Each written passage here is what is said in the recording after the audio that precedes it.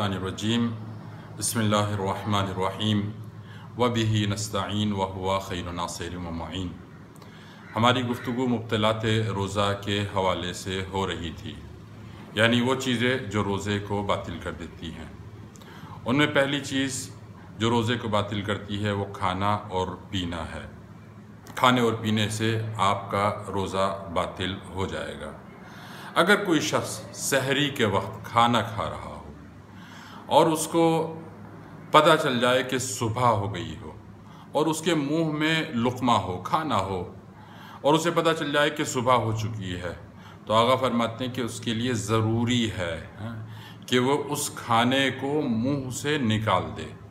और अगर वो मुंह से खाना नहीं निकालता है, उसको उगल लेता है, उसको खा जाता है, तो इस सूरत में उसका रोज़ा बातिल हो जाता है और उसके लिए ज़रूरी है कि क़ज़ा के साथ साथ उस रोज़े का कफ़ारा भी अदा करें। इंशाअल्लाह कफ़ारे के हवाले से हम एक मुस्तक़िल गुफ्तगू बाद में करेंगे।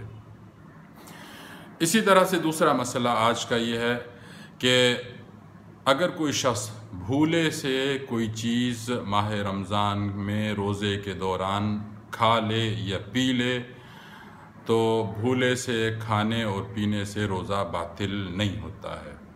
ये ख़ास तौर से इब्तिदाए माह रमज़ान में बहुत से लोगों के साथ होता है कि वो घर में आए, रोज़े से हैं और उन्होंने पानी उठाया और पानी पी लिया। तो अगर भूले से पानी पी लिया है, खाना खा लिया है, तो इससे रोज़ा बातिल नहीं होता है।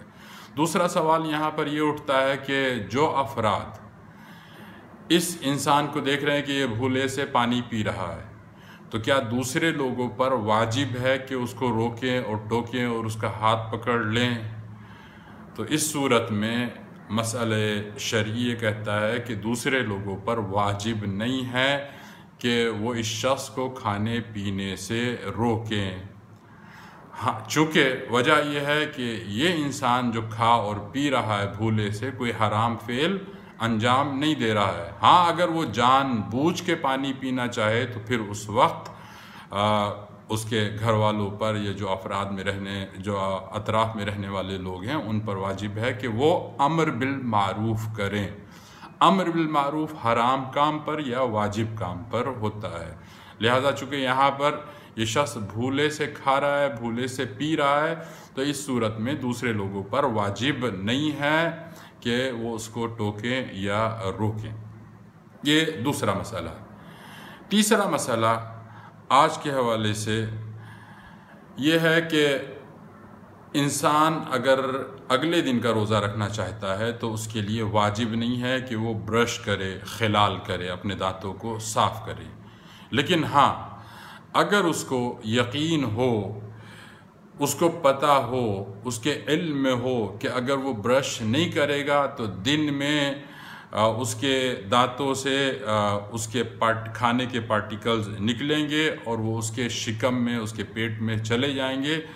अगर उसको इस बात का इल्म है, यकीन है कि अगर उसने ब्रश नहीं किया है तो दांतों में फंसे हुए रेज़े पार्टिकल्स उसके पेट में चले जाएंगे, तो इस सूरत में आगा फरमाते हैं ऐसे इंसान के लिए ज़रूरी है कि वो फ़ज्र से पहले अपने दांतों को ब्रश करे।